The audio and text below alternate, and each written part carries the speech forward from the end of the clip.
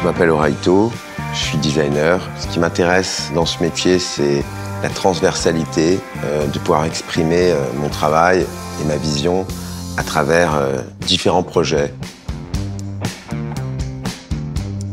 Renault, c'est une marque qui fait partie de la mémoire collective. Étant français, j'ai vraiment grandi avec ce losange, avec le design de ce logo fait par Vasarely, qui est un de mes artistes préférés. J'aime l'idée du savoir-faire, j'aime l'idée de l'histoire, de la légitimité.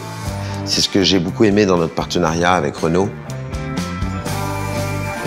On m'a présenté la R17 et c'est vrai que j'ai été très séduit par cette voiture car il y avait pas mal de codes qui définissent mon travail.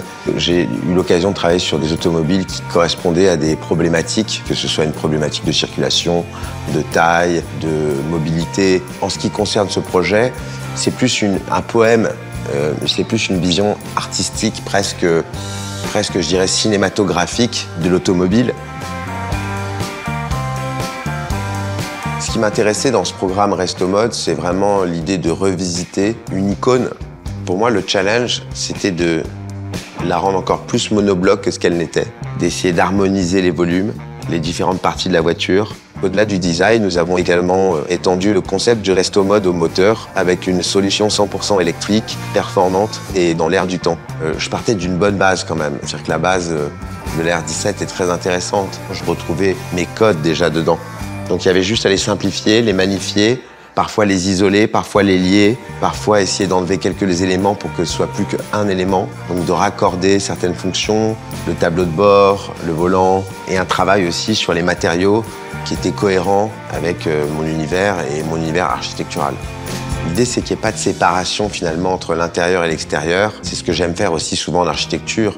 Donc l'intérieur s'inspire vraiment de l'univers du salon finalement. On l'a rendu beaucoup plus domestique, moins automobile. C'était une première, j'ai adoré collaborer avec les équipes de chez Renault. C'est un travail d'équipe, mais là, c'est des grosses équipes. Il y a eu tout de suite une compréhension, une vision commune.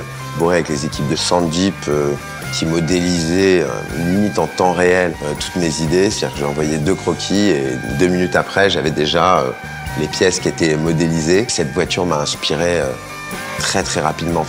Et Gilles a adhéré, je dirais, de manière quasi automatique à la vision que j'avais sur cette voiture. Une voiture, ça peut prendre des années. Là, on est sur un temps de 6 mois. Il y a tout ce travail de réflexion et il y a aussi ce travail de peur où on se dit est-ce que c'est le bon choix? Là, on n'a pas ce temps-là. Donc, il faut pouvoir être assez direct et c'est assez stimulant comme manière de travailler.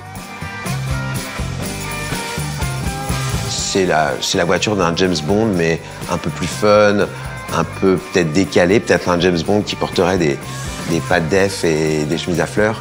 Donc ça serait peut-être plus Austin Power en fait.